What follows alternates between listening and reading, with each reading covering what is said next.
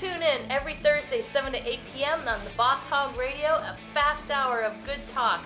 Good biker talk, what you really want to hear. Choppertown Live, that's going to be the first appearance at Thunder by the Bay.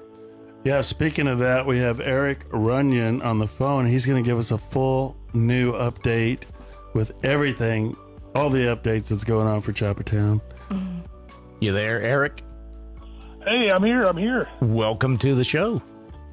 You know, Erick, I know you've been working real hard and networking with so many talented kind of superstar builders that really don't think they're superstars because they're just down-to-earth guys. And that's what's so cool about it. It's the guys that have a passion for the lifestyle and for motorcycles and choppers themselves. So we have everybody coming to Choppertown that are, maybe they're not necessarily builders. Maybe they're guys that bought a $2,000 Sporty and they're buying their parts from TC Brothers, which is going to be a big part of the show. So, we have those guys, and then we have the guys that have the big garages and have names known throughout the world. We've got a considerable amount of choppers lined up since the last time we spoke. I think the last time we spoke, we were going on 25 to 30 choppers committed. And as of today, we have, actually, as of a half hour ago, we got 51 choppers coming. And that's for inside the building. Mm-hmm. That's for inside the building. That is for Choppertown Live. That's for the Invitational. We have 51 choppers, and some of those guys are even bringing their extra bikes. And they have everything from classic knuckleheads and panheads and flatheads. And I've even got one guy bringing a Boattail from the 70s. So we're going to have a section for those as well. So there is definitely going to be something for everyone. But I'll tell you what, man, pretty exciting announcement. We have a riding group of girls from North Carolina coming down. And this group of girls called the Chill Bunnies. It's a group of girls, a big group of girls. They were based out of North Carolina. They ride and they're totally immersed in the lifestyle. And the way the Chill Bunnies came about, and I think we might have them on next week, but their boyfriends and husbands and guys that they're friends with, they've had a riding group forever called the Chillbillies. And they put on events. They do camp outs. They do beach events. They're just a big group of guys that just love hanging out together. And these were their girls. Well, the girls were they liked the whole clique, the whole thing so much that they wanted to do their own thing. So the leader of the Chill Bunnies, her name is Danielle, she sat around and she's like, you know what? We're going to call ourselves the Chill Bunnies. And she made an Instagram page, and it just blew up. I mean, it just caught fire. And anybody as far as in the chopper community, I'd say the younger generation, maybe not the old leatherbacks, but, they totally were on board. I mean, these girls, they're not only beautiful, but they ride, they wrench.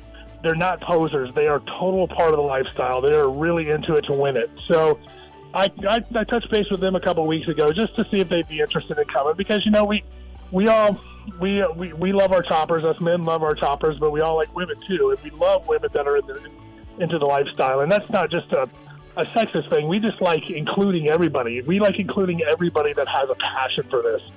And when we meet people that are just women that are just totally immersed in this, it's even a bigger, it's just even a bigger plus. So these girls are going to come down from North Carolina. Rumor has it some of them are going to come from Texas, maybe even California. So they're not fooling around. I was talking to Danielle earlier today, and she says, you make the event happen, I'll bring the girls. So we got the Chill Bunnies coming. I asked the Midnight Cobras to come. It's another group out of Canada. And they really wanted to be there, but the border restrictions are so that they can't come down.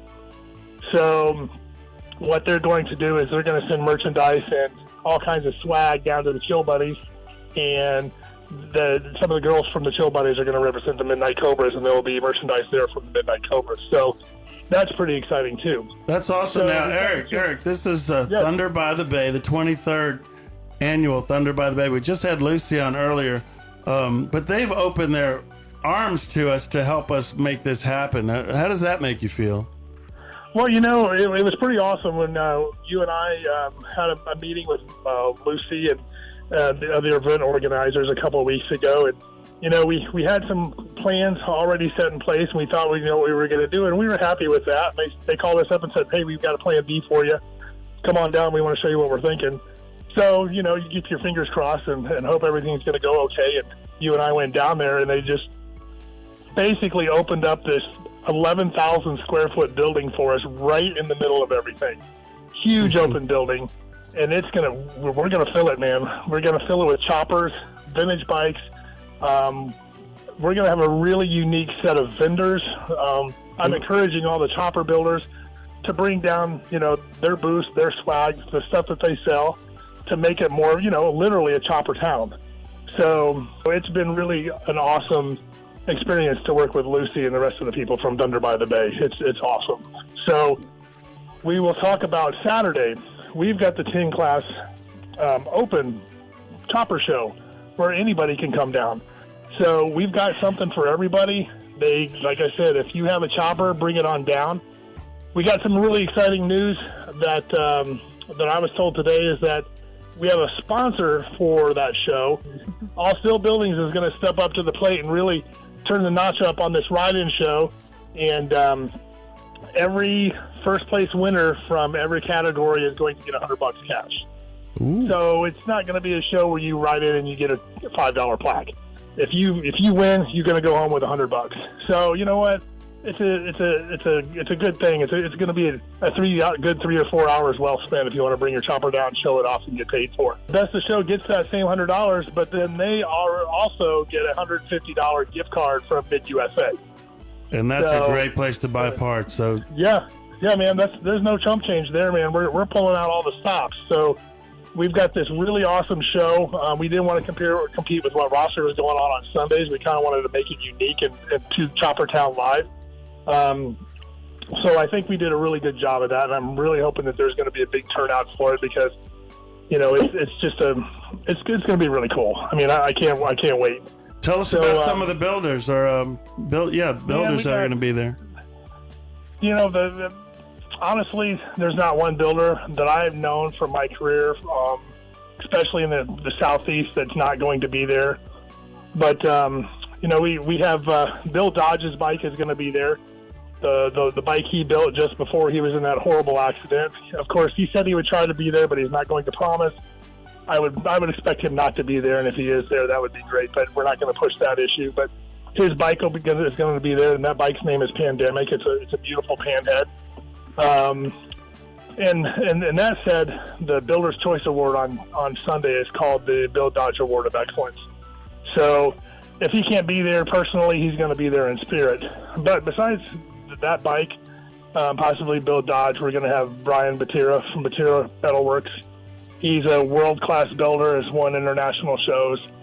I talked to my buddy Erick over at FNA, and he is so busy. I know it was hard for him to commit to come down for a full weekend because it's all hands on deck for him. But he said he's going to try to at least get one of his bikes or two of his bikes down there. And his bikes are really well known. The Glen Ferry is legendary, and so he's going to be there. We've got Jared Weems.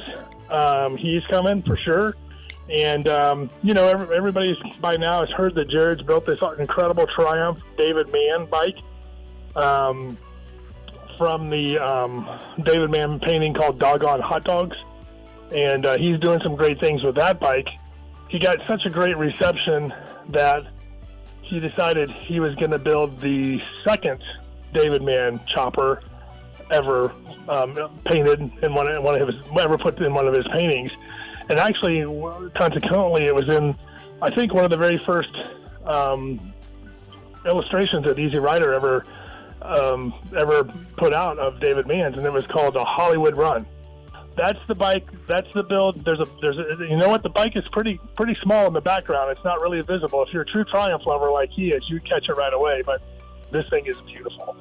It is awesome. It's about 3/4 of the way done, and it's just going to blow people's minds. Up from the Daytona area, we got Ron from Chop Docs. He's going to have one of his bikes here. We got Wendell Turner from Turner Cycle Shop. We have George from Good Looking Customs. He's up in Daytona. We have Mark Stevens from Daytona. Drew from Freak Show Fab. We have Richard Ruck from right here in Riverview. He's building 4 world-class builds. I mean, he's built 3. He's working on the 4th one right now. His company's called It'll Ride Choppers. We have full-time builders to part-time builders. We've got a couple of first responders taking the weekend off to be part of Choppertown. So we've got a fireman up in Orlando by the name of Matt Foster who's bringing down his bike. We've got a great builder in Orlando named Yogi. Yogi's Garage.